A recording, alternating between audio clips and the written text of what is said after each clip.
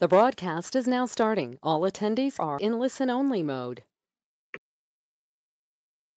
Welcome everybody to our webinar, Moving Past COVID-19 to the New Normal.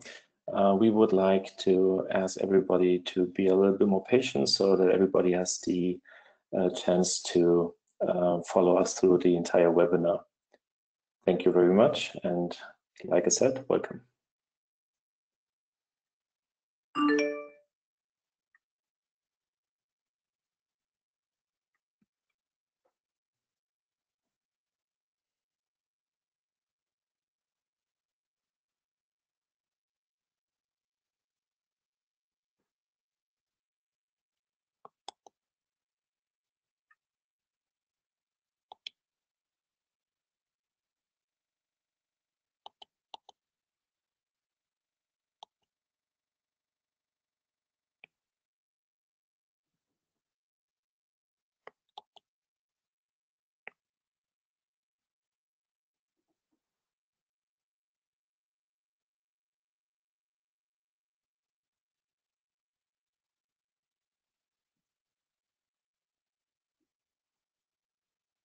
So for everybody who already joined, who has been joined some minutes later, we will start at 3 past.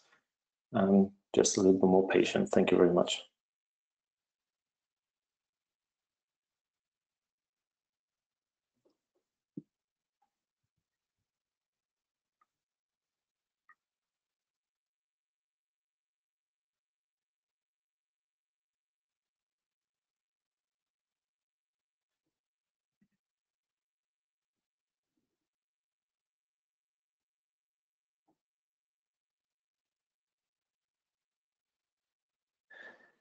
Hello and welcome everybody to our webinar as a joint webinar with the SmartCube and the Coupa Advantage team from Coupa Software. Today we would like to talk about a 100-day framework for procurement, looking at how can we move past the COVID-19 situation to the new normal. For everybody who has any questions during the presentation, at the end of the presentation we will have a Q&A. So I ask you please to share your questions in the panel on the lower side. Thank you very much. I would like to introduce to you our speakers. We have Omer Abdullah, who's the co-founder and managing director of the SmartCube and is with the SmartCube over 16 years, who leads the company business across the Americas. I myself am a senior manager at Coupa Software, working for the Coupa Advantage EMEA team, and my background is in process optimization and project management. I would like to talk to you then about the difference to Coupa and Coupa Advantage. Some of you who are attending are customers, some are prospects, or didn't hear Coupa and Coupa Advantage at all. And I would then also like to share with you our relationship to the SmartCube. So for Coupa itself, Coupa Software is a business management platform which allows you to give visibility and control to your spend with your procurement management solution, which everybody loves. So to bring ease to your consumer shopping, to your procurement experience, it is important that you have company-wide adoption on a single procurement software solution, so to procure goods and services. And what you will achieve with that is full visibility, control, and management of your procurement spend. And something which is very important, and we're going to mention that again, is also saving valuable time for your employees. So that's Coupa in a nutshell. So Coupa Advantage is so Coupa itself, we believe in community, and we also believe that it goes beyond just a customer and a vendor interaction. And for that, we created the Coupa Advantage program, where we have strong and trusted supplier relationships, where we obtain amazing pre-negotiated purchasing conditions. And what is really important with those purchasing conditions and contracts is they don't only create savings for our customers, but they also drive value by consolidating suppliers, invoices, and also account payables. But that's not all. Also, by creating a relationship, what we wanted to do is also give back. And by giving back, we created a corporate social responsibility program, which allows us to have business and spend, and then also give back to our communities. Part of this program, we have the Smart Cube, right? And the Smart Cube is also part of our Coupa Advantage program, where we have pre-negotiated contract for all our Coupa customers. What happened over time is that we were able to work closer together on our relationships with our customers. And what we found out is that we don't only have a cultural fit, but we also have a sense of driving value for our customers. And jointly to that is like we want to show how this relationship can be nurtured. Omer, I would like to hand over to you. Thanks very much, Gottfried. I'm hoping everybody can hear me fine. Gottfried, you'll be my check on that. You can hear me fine, I'm assuming? Yes, I can. All right, great. Well, good morning, good afternoon, and good evening, everybody, depending on where you are in the world. And as Gottfried said, we're very excited to have you on the webinar. Let me just kick off. I'm Omer Abdullah, by the way, as Gottfried said. Just to introduce the Smart Cube very quickly, we are a custom research and analytics organization. We specialize in procurement, intelligence, and analytics. That's the core of what we do. And we work with procurement organizations across the world, supporting them across the entire strategic sourcing process and integrating analytics, intelligence, and technology together. And of course, we're very, very happy and very proud of our partnership with Coupa in bringing value to procurement executives around the world. So let me just kick off and just outline the discussion today. There are 4 elements that we'll go through as part of the conversation over the next, let's say 40 or so, 45 minutes, and then of course leaving time for Q&A as well. We'll talk a little bit about COVID-19 and global supply chains. And I don't have to tell anybody on this call of the magnitude of the pandemic and the issue that we're all grappling with. It's an interesting pandemic in that it's an interesting crisis in that we're all grappling with it, regardless of where we are in the world. It's not isolated to a particular geography or industry or community. And there's been some clear ramifications for global supply chains, which again, we'll get into. We'll talk about the implications for procurement leaders and what that specifically means.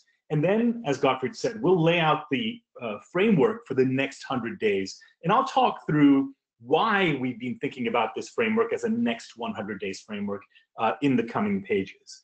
And then as part of this entire conversation, we will lay out some tangible actions and results that can be had by tackling that 100-day framework effectively as you go forward. So that's the overall agenda for the conversation today.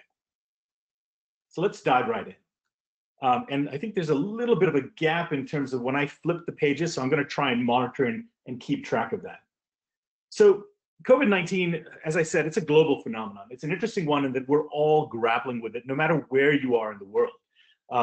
Whether you're in Asia, whether you're in Europe, whether you're in the Americas, or the Middle East and Africa, no matter where you are, you're grappling with these issues. And the issues are, of course, heavily social and health related, but they clearly translate from an economic perspective, and they've been clearly impacting a lot of what each of us on this call have been grappling with in different ways, depending on the industry and the sector that we have been in.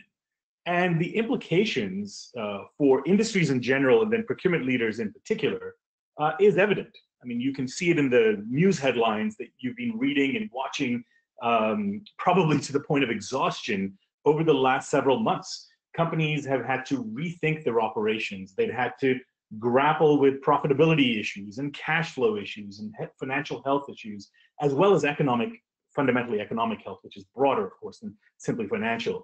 But they've had to ask themselves these questions. And the interesting thing to me is clearly none of us would have wanted to deal with a pandemic such as this. But the interesting thing from a procurement and supply chain perspective is that this pandemic is actually our time.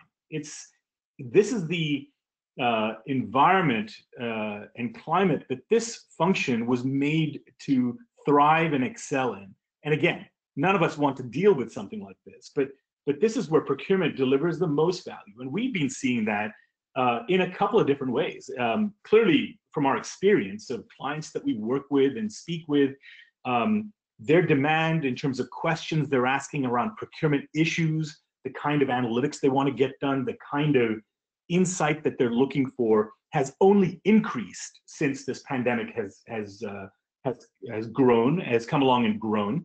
But beyond that, there's some interesting research that points to this as well. So one of our partners is CASME, and CASME did some interesting research around COVID and the procurement response strategy of a number of senior executives. And I just want to point out a couple of data points around that I thought were particularly interesting. What they found was 63% of the executives that were surveyed were fully engaged with providing strategic input and contribution to their organizations. 63%.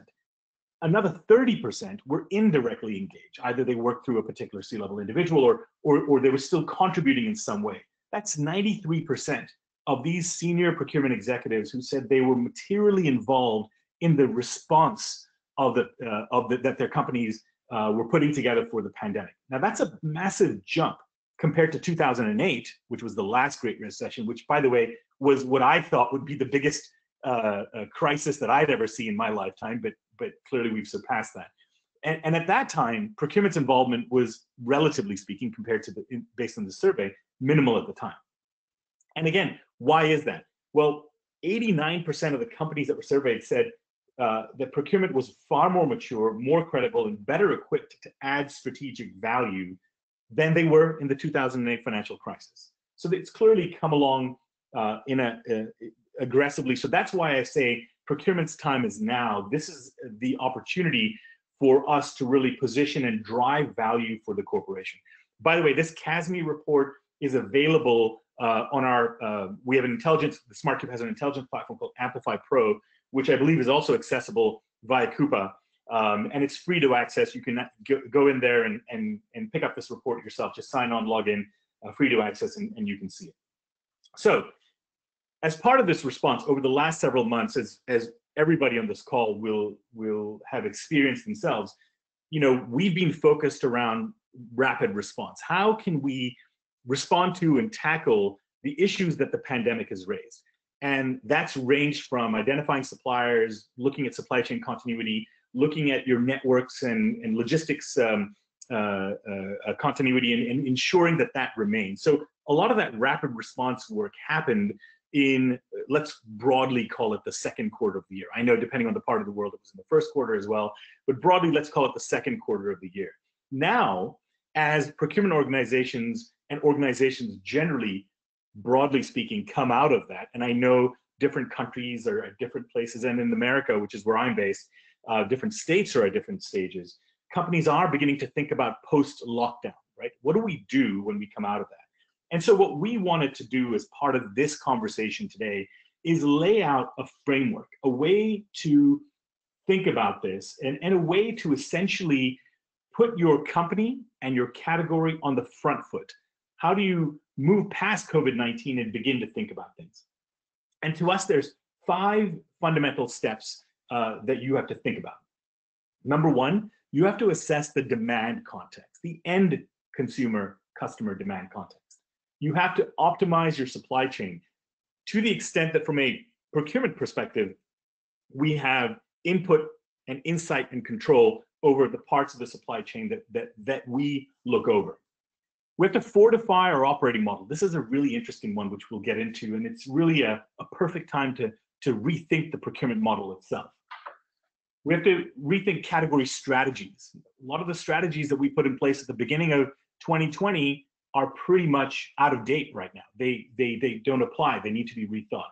And then last but not least, number 5, we need to improve supplier management, right? So work with suppliers. So I know a lot of folks tend to gravitate to number 5 and begin to think about that because that's tactical and that's results oriented.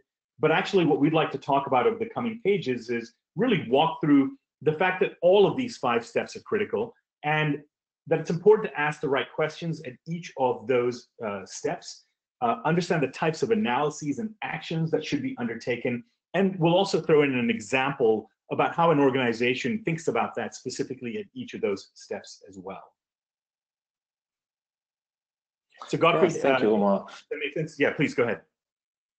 Yeah, so and that's that's a very good approach, right? And one of the other things we would like to mention in this webinar is that we look at it from a human perspective, right? Where together we can be much stronger, where teamwork is involved, not only within your department, but also incorporating other business units in your organization. But also it's like reevaluating how you have done procurement so far and using trusted supplier relationships as like to the forego, and then use that better intelligence to your advantage. There's no pun intended here. And an example what we wanted to give here, for example, is Sanofi, where before they used the Coupa platform and also using Coupa Advantage, they had 22 different systems which only gave them limited visibility and spend control. And that's a technology kind of question, right, which we try to answer. But there's also the human side. It's like, how does this affect your employees? It's like, how can you enable them to buy the right things at the right time? And that's what we also want to present in this webinar. Over to you, Omer. Great, thanks, Gottfried. And that's a great point. And you'll hear that throughout the conversation today, this idea of, you know, look, we're in this together. It's an ecosystem. So there's ways for you to get this done and work together to be able to tackle this. And it's a joint issue of both technology and people and a broader ecosystem to move forward. So that's the 5-step framework that we're going to walk through today. And I'll go through each one of them at a fairly reasonable clip. But let's start off with the first one, which is assessing the demand context. And there's a host of questions that we need to be asking as we think about the end consumer demand context. Remember, I'm not talking about the category that you may be managing as yet. I will get to that. But I'm talking about the end consumer demand context. And here it's important for procurement executives to understand what's the near to medium term outlook for my sector and my company. How has the industry structure changed now that we're moving through COVID and understanding what the implications, the economic implications of the lockdown and the issues there have been? Who has survived? Who hasn't survived? And there, you don't just look at, for example, your competition, or sorry, suppliers, but you also look at your competition. You look at your customer base. How have they been impacted? What's been the changes that they've experienced? Who survived and who hasn't survived as part of that? Similarly, how has demand and how is demand expected to ramp back up in the new normal? You know, there's a lot of talk in the press about V-shaped recoveries versus U-shaped recoveries versus L-shaped recoveries. What's that recovery going to look like for you, for your specific sector? And what's the timing and pace of that? You need to have a clear view of where end consumer demand is going there. Another question is around what will be the key levers and drivers of demand? What's driving demand? Which segments, which markets? Where will you see the biggest traction and where will you see the least amount of traction? And again, as we're going to get to as we go through this framework, that has natural flow-on consequences for not only the product or service that your company provides at the end stage, but also then, of course, what implications that has for supply chain and procurement and subsequently the categories and ultimately the suppliers you work with as well. And then last but not least, how will customer or consumer behavior change? Is it going to be short-term? Is it going to be long-lasting? Have we seen some fundamental structural shifts in how consumers think about things? What is their receptivity going to be as we begin to ramp back up and move to normal? And when is that quote-unquote normal going to return? Is there going to be a near-term surge versus a dropper of some sort?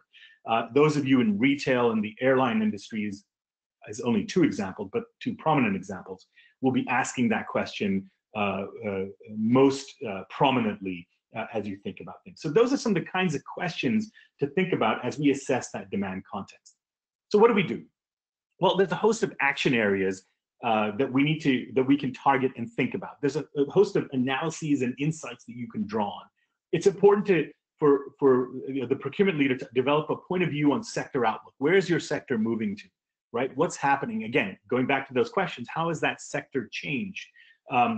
Similarly, or rather by extension, what's your company-specific demand analysis, right? The sector may be moving in a particular direction, but if your organization is positioned in a particular subsector or sub-element of that entire industry, then demand changes will be moving in a particular direction for you. They may be better, they may be worse, they may be the same, but it's important to have that company-specific view. We have to also determine and analyze the key demand levers that we need to monitor. We have to understand ultimately the supply chain implications. I'm going to get to more of that in the next step of the framework. And then we have to evaluate what the future resource requirements are that we need to be thinking about. And by resource, I'm defining that broadly, right? So in terms of categories, et cetera, that you look at. So those are some illustrative examples. They're not exhaustive, but they're illustrative in terms of the kinds of things that you need to be doing to think about that demand context and really understand it at a granular level. And the value of that you'll see as we go on through each subsequent step of the framework. And here's an example of where an organization, in this situation, a biopharma company, came to us and said, look, we need to better get a better sense in terms of global, regional, competitive movements that are taking place during and post-COVID, and how that's expected to change both in terms of industry construct, consumer behavior, and ultimately build a demand view as to what's happening to my particular sector. And so in that situation, what the client needed was to build a quant-based consumer demand forecast, right? So looking at your key markets, looking at where that's moving, helping to develop a medium-term strategic outlook, and then subsequently flowing that on towards better planning for your categories and re-engineering supplier and contractual models and rethinking who they should work with, how those relationships should be structured, and how they need to be thought about. So it's really, from a value perspective, an opportunity for procurement to directly empower the commercial prowess or value of the business itself. So the reason I point that out is this is an important element, and it shouldn't be overlooked. Oftentimes we tend to focus in the specific area that we are particularly knowledgeable and interested in, which is the category and the suppliers that we work with. But it's important to step back, particularly at a time like this, a time of structural change, of fundamental change, to look at what the overall demand context is doing for your industry. And it builds a bigger picture view. It's valuable for the progressive procurement executive to think about, what does it mean for my company based on what's happening in the industry, and how does that ultimately flow through to me? So assessing the demand context is a fundamental first step that needs to get taken. Moving to the next aspect, we have to, number 2, which is to think about optimizing the supply chain. And there's a host of questions to think about there. What are the post-crisis implications for my short and long-term supply chain strategy? So what's the extent of disruption this is going to cause? How sustained is that going to be? Is this going to be short-term? Is it more structural? Is it going to be long-term in terms of what changes here? And by the way, I do want to point out as I kind of go through these questions, I know we talk about supply chain, and in many organizations, there's a chief procurement officer, but there's also a chief supply chain officer. So I'm not suggesting that procurement kind of take over the entire supply chain construct and begin to think about that, but rather ask the right questions about the areas where you can think about and contribute to. Again, to have that seat at the table, we need to have a broader business mindset and perspective. So the first question is, what are the post-crisis implications for my short and long-term supply chain strategy? Another question is, how do I improve visibility across my value chain, including tier 2 and tier 3 suppliers? And for those organizations that have global categories, that have global networks that they work with, there's multiple tiers of organizations that they work with. And again, what are the impacts there? We have to have visibility at multiple levels. What are the alternative models that are going to be competitive and operationally resilient within these constructs, within this sort of new environment? And here, one theme that we're going to hear about again and again is China dependence, right? So how do we want to manage and mitigate for that? Is that something that we want to tackle at all? Do we need to think about other aspects of Asia? Do we need to think about make-buy models and rethinking what we're doing there? An extension of that is, how do I embed agility in my supply chain, right? How do I think about speed, responsiveness? How do I become more agile?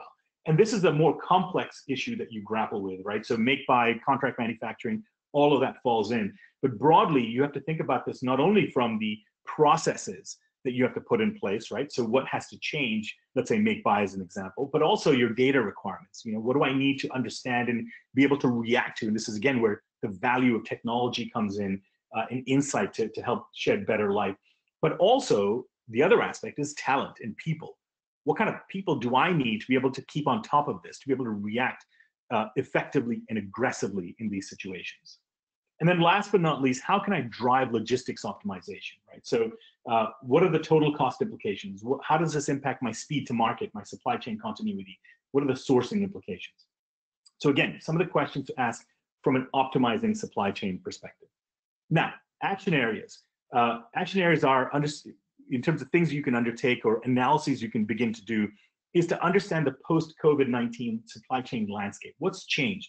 What's happened? Again, who survived, who hasn't survived? It's important to measure, forecast, and manage supply chain risk. And there it's about understanding risk at the overall supply chain level, not simply a financial analysis of a supplier, but for those of you who manage global categories in particular, or even regional categories, where the networks cross country lines and continent lines, it's important to understand geopolitical, social, environmental, economic, all of those factors have to get taken into account. You have to model alternative supply chain models, and from the entire process, from source through to the ultimate network.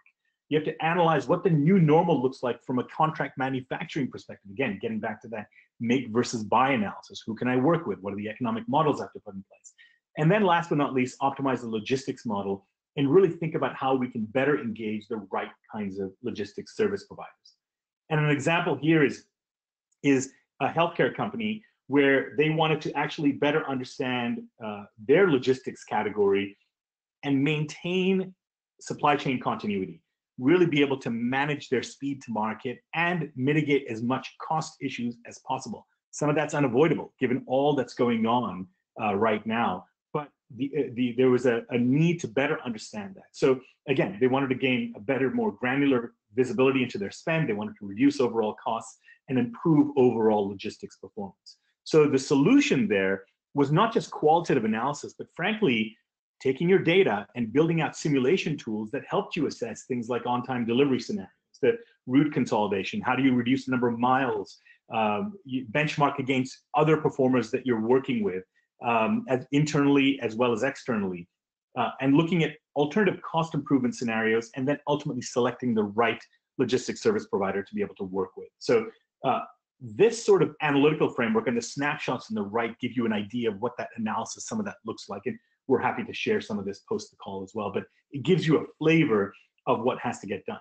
But the interesting thing about this is by integrating the qualitative and quantitative analytics, analysis and analytics, together with technology, transparency, and visibility, what it does is it allows the logistics team in this particular context to take a front seat in redefining supply chain objectives over where they can drive tremendous impact. Now, of course, you have to do that with multiple objectives in mind. You have to do that with multiple stakeholders sitting at the table with you, but it's an important step forward. If you can have this kind of analytics, this kind of intelligence and insight at your disposal, it allows you to take that step forward and deliver some real value. So that's the second piece around optimizing the supply chain. The third key step is around fortifying the operating model. To me, this is, as I said at the beginning, one of the most interesting aspects, because we're in an opportunity, a time where as I said at the beginning, we have a seat at the table, we're involved, we have a strategic contribution, we're getting visibility at the right levels across the organization, which is as it should be given the purview that procurement has. So it's a right time to ask a series of questions. Questions such as, what defines success for my organization, my procurement organization, in the post-COVID-19 world? What do I need to think about from a culture perspective? What's the nature of the role of procurement? What do I want to be doing? How do I want to be a better business partner? What does that mean? What are the talent implications as I think through that? How should I redefine my organization for agility and business continuity? Again, you're going to see consistent recurring themes as we go through each of these steps. Agility, business continuity. How do I embed greater flexibility in my organization so I can look at this from a scenario modeling perspective, from multiple outcomes, to be able to react much more quickly and be, again, a better business partner. Look, I've been let in the door, for those of you who haven't, and many of you have already been let in the door for a while, and it's a way to strengthen our position and move forward. How should I progress the digital agenda in the new normal? This is fantastic, because what this crisis has exposed is those organizations that have better quality data, intelligence, and insight through their, I'll broadly use this term, technologies that are available to them. And how are they progressing that how have they progressed their digital agenda to be able to solve those? So what's your current state? What are the core gaps that you've got? And how do you drive more effectively towards the new normal and progress your digital agenda to be able to succeed optimally in that new normal? And then last but not least is, how do I implement the right risk program to proactively manage my suppliers? And this is something that we've been talking about for, gosh, 12 years, at least since the Great Recession. It needs to be comprehensive, it needs to be flexible at the same time, it needs to be proactive, and it needs to be reactive. So how do you tackle this? Well, there's a host of things that you can start to think about. What are operational best practices, right? What is the implication of that for you and your organization from a structure perspective, from a culture perspective, from a talent point of view? You need to think about embedding category dashboards to give you better visibility, better metrics and vigilance as you go through for each of your categories. You need to embed deeper category analytics, including spend visibility, and get a better insight into what's happening with the specific category that you're looking at. You need to assess make versus buy opportunities. Again, what do I want to do? And again, I'm not just going down to contract manufacturing in this instance, but more broadly, what are those aspects that you have done in-house traditionally that you need to rethink, right? Where's my talent best focused accordingly? You need to implement an effective risk management and mitigation program, and I'll show you an example of that in just a second. And then, of course, as I said, evaluate your digital agenda and identify the key requirements. And I know Gottfied has a point to make on the digital agenda, so but before he does, let me just kind of go through this example of which relates to the second last point, which is around effective risk management and mitigation programs. And then Gottfied, please add your thoughts around the digital agenda piece. So in terms of the example, in this situation, we had a processed food manufacturer that came to us and said, you know, look, we're looking to put in place a risk governance system, a mechanism for strategic suppliers to better monitor them, to better understand them, and better track the risks. And this was an issue that came up that was one of vigilance, right? So it was done somewhat sporadically before COVID, broadly speaking, but clearly needed to be thought about in a much more structured way. And the solution that they ended up putting in place, and again, this is the function of kind of where technology is today, is a digital risk monitoring tool. It integrated both, as we call it, AI plus HI, artificial intelligence, AI, you know, machine learning, et cetera, analytics with human intelligence, human insight, that allowed them to identify and alerted them to potential supplier-led disruptions, both at the tier 1 and tier 2 level, and looked at a multitude. And as you'll see in the snapshot, there's a multitude of categories of risk metrics to look at: financial, strategic, compliance, regional, operational, and then other subsequent deep dives that allowed them to custom or manually look at specific issues, let's say intellectual property issues, deeper financial health analyses, deep dives, etc. And what this allows you to do is both monitor and mitigate risk and ultimately cost implications. And when I say cost implications, I mean total cost implications on the company's P&L. So a structured risk program is something where, you know, I would say the time has come. The time had come years ago. But I think folks are recognizing that it's really the time to think harder about what to put in place and how to really drive value through having an ongoing structured risk awareness, risk tracking mechanism. Gottfied, any thoughts, anything you'd like to add there? Yeah, thank you very much. That's really great and absolutely right. One of the part is risk management and mitigation, right? And another part is also to identify key requirements. And key requirements can be part from like regional coverage rather than having a global or pan-European approach. It can be your contract situations, like can that be digitalized, can that be integrated? Where with Coupa Advantage, you can use the pre-negotiated purchasing conditions right away. What brings you quick time to market, right? How do you tackle and aggressively attack this point? Reduction of resources from your team. It's like, can your trusted suppliers, for example, support you? Where it takes away your time with certain things others can manage, and it lets you focus on things that matter. And also increase in adoption. And I think that's one of the key points here is, if you drive a digital agenda, is like, how can you increase adoption? And those points, for example, we achieve with Coupa Advantage now, specifically with our customer Uber. where we actually have been very successful exactly in those key requirements. And we are also here to support you and help and to also identify those requirements. Omer, over to you. Fantastic. Thanks so much, Gottfried. So with that, if we just sort of recap, we think about the demand context, we've thought about the supply chain context in terms of how we need to think about it. We've thought about our operating model. The next natural progression is to rethink our category strategies. And there, again, unless you had complete foresight, any strategy plan, category plan that you put in place in January of 2020 is pretty much out of date. Many things have changed. And it's important to be able to understand and get to grips with what those changes have been. So things like which categories have been most impacted. We need to understand which of our categories have fundamentally altered in terms of their dynamics, their competitive dynamics, their supply dynamics. And these are not only strategic categories, but also enabling categories as well, right? Bottleneck or other sort of critical categories that we should be thinking about. And some of this could be geographically based, some of this could be globally, et cetera. But it's important to identify and pick the most critical categories.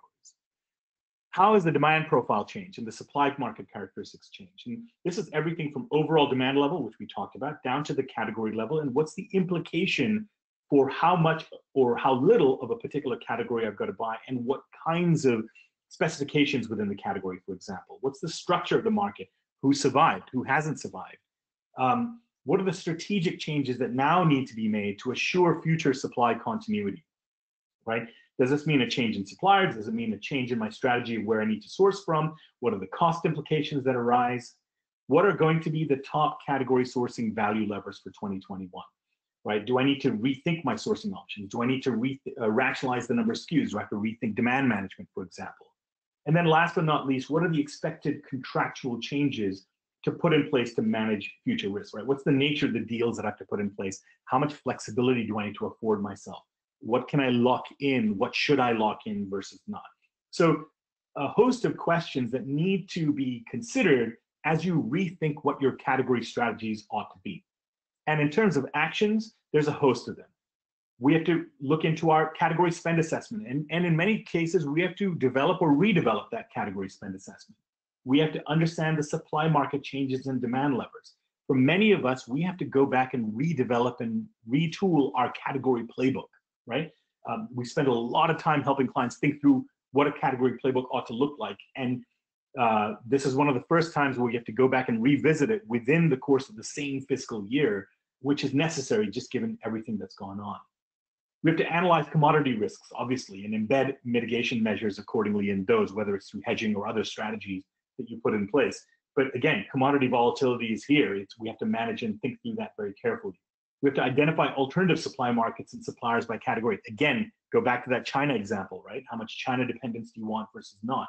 And be able to rethink that. And then, of course, implement accelerated category sourcing, right? The one constant is no matter what happens, sourcing, procurement's targets don't change, right? We had a pandemic, too bad.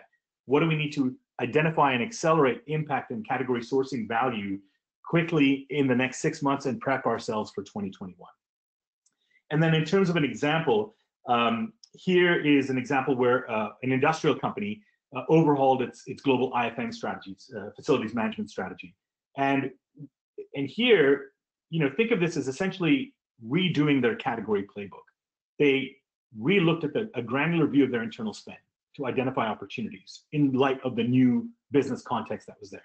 They did external research to get better intelligence on the regional market they were grappling with, identifying who the strategic suppliers were and what sourcing best practices look like now in the context of the value chain or the supply chain that they were grappling with, and used all of that to formulate a medium-term category strategy. And actually, there was a longer-term view as well. The medium term basically said, over the next 6 months, what do I need to be doing and thinking about? But then what are the parameters or scenarios I have to think about in the longer term, in 2021 and beyond as we go forward? And then on the back of that, they were able to run an RFX essentially on the basis of deeper analytics, right? To be able to model scenarios and get some real-time information and be able to think that through. And the value of this is you rethink the strategy, it's more current, It's more fact-based and data-based based on the current situation. And it gives you much more flexibility and a much better chance at getting direct cost reduction in terms of we'll call it regional supplier consolidation. It doesn't mean you will necessarily consolidate. In this case, they did, but it doesn't mean you necessarily will. But the point is to embed greater flexibility, more current market thinking, and driving to your targets and direct cost reduction as a result of that. Gottfried, any thoughts, anything you'd like to add there? Yeah, absolutely. Especially like you mentioned, right? The supplier consolidation is like, how can we get there? And that's one of the biggest questions we often have, especially in organizations where we have issues with the visibility. And if you think about developing a category spend assessment, that's something where Coupa Advantage, especially with the Smart Group, can support your organization. So we are able to do high-level spend assessments down to category spend assessments, where you look much further into your data, especially using your taxonomy and trying to understand your approach and your strategies and try to align that. For example, our customer BMW, we had great insight, and it was very powerful to also find our priorities.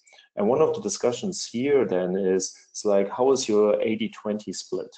So what is the 80-20 split, right? It's like the 80% spend, which you have with 5% or more suppliers, where you have then 20% spend on 90+ suppliers.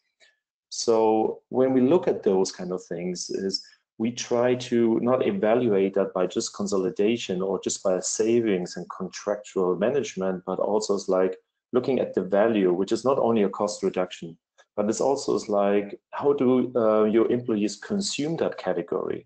And that's very important, because we cannot treat every category the same way. So think about and consider your employee behavior, not only to reduce maverick spend, but also like, what is your offering? When you consolidate suppliers, less can be more, but it has to be the right way, and it has to have a strategy in place. Absolutely, Gottfried.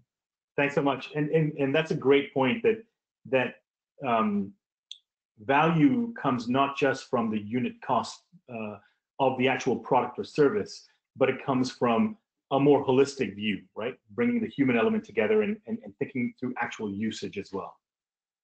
All right, we have one more stage to talk about, and that is improving supplier management. And this is the natural, logical progression.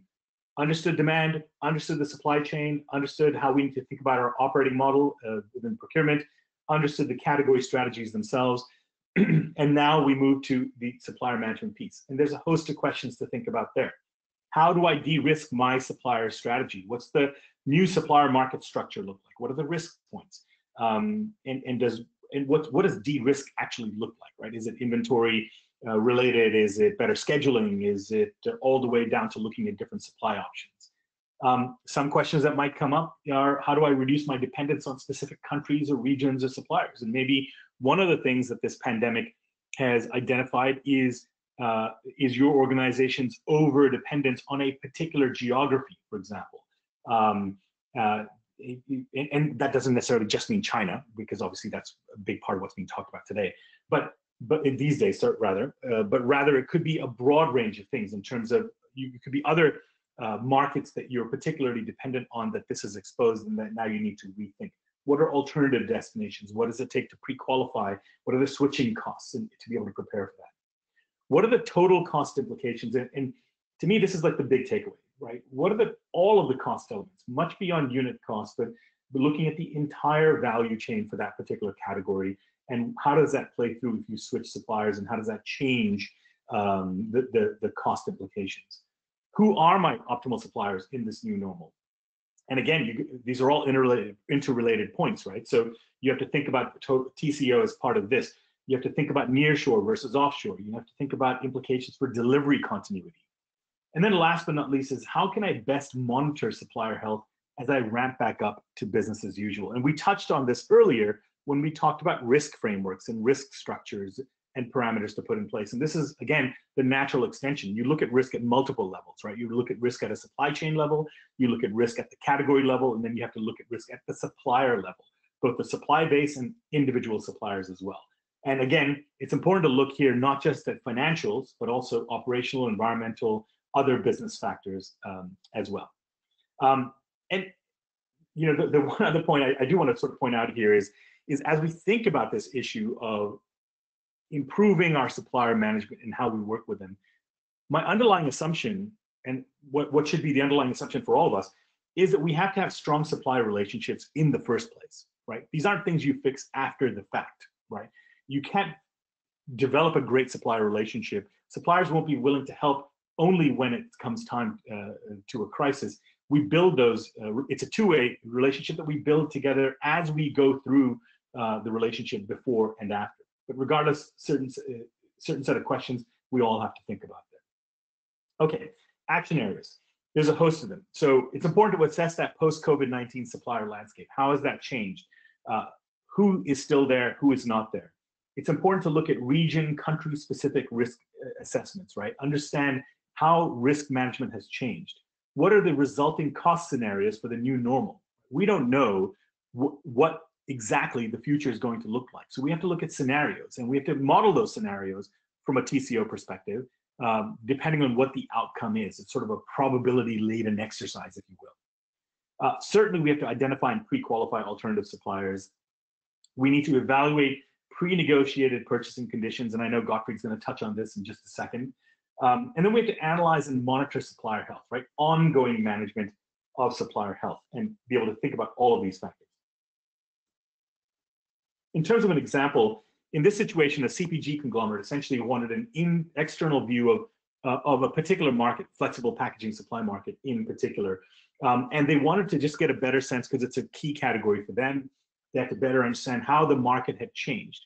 And so what they're embedding is regional market updates, price forecasts, cost structures, supplier benchmarking, all of that integrated through an accelerated playbook, if you will, right? So being able to put all of that together to be able to knit a story that helps them understand what that post-COVID-19 supplier landscape looks like, what's driving those changes, and how does that feed into the tactics of the different functional teams, the category teams as well, in terms of what they're doing. So it influences the sourcing cycle. The value is it influences that sourcing cycle to mitigate both near-term and medium-term potential supply delays and capitalize on any pricing disparities or issues or changes that occur and that take place there. So it's important to have a fundamental sort of a structured approach to be able to think about the supplier base. And it's not just about looking at an individual supplier, it's understanding the landscape. It's understanding the risk implications, it's understanding the cost implications,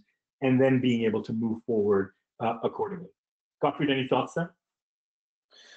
Yeah, thank you very much. And I think that's a fantastic example what you have given there, especially when you think about this, like your contractual situation, which you will evaluate, right? If you consider like each category to treat it differently, not only by the individual, but also by your employee behavior, as like how is that category being consumed, you already have pre-negotiated purchasing conditions yourself. So the ones you have negotiated, but you did not apply to extend that or using the USP in that certain area, but certainly, for example, the Smart Cube and Coupa Advantage can support you in that. However, it is also like, how can you apply that to different regions and locations which might not have a digital agenda yet? However, they are still able to use a web shop, or if they have a platform to integrate, what is the rapid integration? Is like, what's the timeline? What's the roadmap? So think about also the alternative category supplies which you should have. So you can use something like Coupa Advantage, which allows you to access those contracts, but especially is like, does your digital agenda allow you to turn off and on suppliers which are alternative, just to keep that going so that your employees stay on that focus and on the agenda which you're driving for your organization with your organization? Yeah, it's a great point, Gottfried. It makes a lot of sense. So that brings us fundamentally to the last slide of the presentation, and that's our conclusion slide. So to recap those 5 steps, it's important to have that thorough view. And again, oftentimes we'll tend to gravitate immediately to step number 5, which is the supplier piece. But it's important to build that entire view, particularly in the situation that we're in now, this environment, and I hate to use this cliche, but this new normal that we're in. But assessing the demand context, optimizing the supply chain, fortifying your operating model, really taking advantage of doing that now. And it's a great time to be able to rethink the procurement model you want for the future. Rethink category strategies. I mean, to me, you just have to do that. That's required given everything that's going on. And then, of course, more effectively manage suppliers. Now, look, going through all of this, I'm sure it can seem like there's a lot to get done. And look, in truth, there is a lot to get done. There's a lot that has to be thought through because we're in a bit of a funny time, right? I don't want to, again, use another cliche, but it's unprecedented, right? Where we have to think about the nature of the market and how the supply market has evolved and the consumer market has evolved and how that plays through to our company and our situation in particular. So it's a fair amount of work, but it's a structured approach that needs to get taken. The most important takeaway that you can have is to be thoughtful, to be structured, to be deliberate in terms of how you go about it, but also to tap into the ecosystem, right? So the answers will come from yourself, from different aspects of your organization, so think cross-functional, right? As well as your broader ecosystem, partners that you might have, such as Coupa, and certainly through the Coupa Advantage platform, as well as the Smart Cube. And just very quickly, in terms of the Smart Cube solutions, we've built a set of solutions that target exactly these sets of issues, from driving better category intelligence and category excellence, to supplier risk intelligence and diving deeper there, to better procurement analytics and building out dashboards and analytics to support, through to commodity volatility management and better supplier engagement. So happy to get into that separately if anybody has questions. But my point here is it's a structured process. And of course, this is integrated with what Coupa Advantage offers. Gottfried? Yeah, thank you very much for summarizing that up. And I think you already mentioned all the important points and also the holistic approach rather than just going by a priority. It's like where we forget certain steps which actually now matter most than ever before. And here exactly, that's where we can come in, for example, as a program where you have that strong and trusted supplier relationship, which is already being built up. And now you can partner and extend that and use the power of the community here, where we don't only talk about, like I said at the beginning, consumer vendor interaction, but it's much more. It's including partners, suppliers, your platform solution, etc. And that's not only is like one part of it, that's the human, right? But then looking at from an analytics or an assessment part, where can we actually drive value which aligns with your strategy by consolidating your tail spend and your account payables. And all of that, right, is then summed up is that even though you have driven that value and business has been created, we're still able to give back. And that is possible more than ever, right? And I think that's just an approach which we all have to consider, and that together we are stronger. That's great. Thanks so much, Gottfried. So that brings us to the conclusion of the presentation. I think we have a few minutes, Gottfried, I think, to take a few questions. Is that right?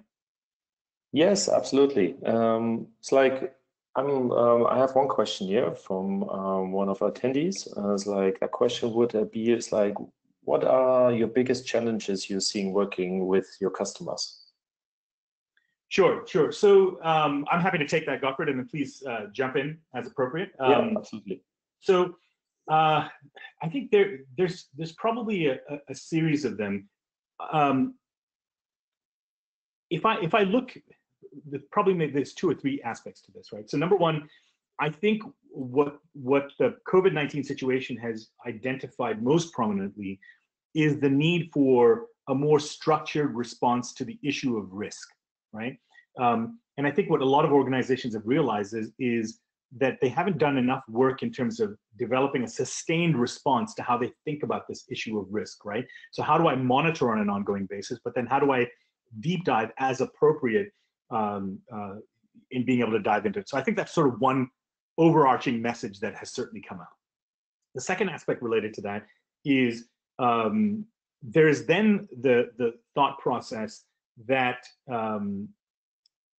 that the solution is a pure technology solution. I think technology is absolutely part of the solution, but it can't be the entire panacea to it, right? So it has to be an integrated approach where you look at technology as well as what we call human intelligence, right? Smart folks who understand the category, the industry, the sector, being able to make sense of the data that comes out of it. So that's an integrated approach.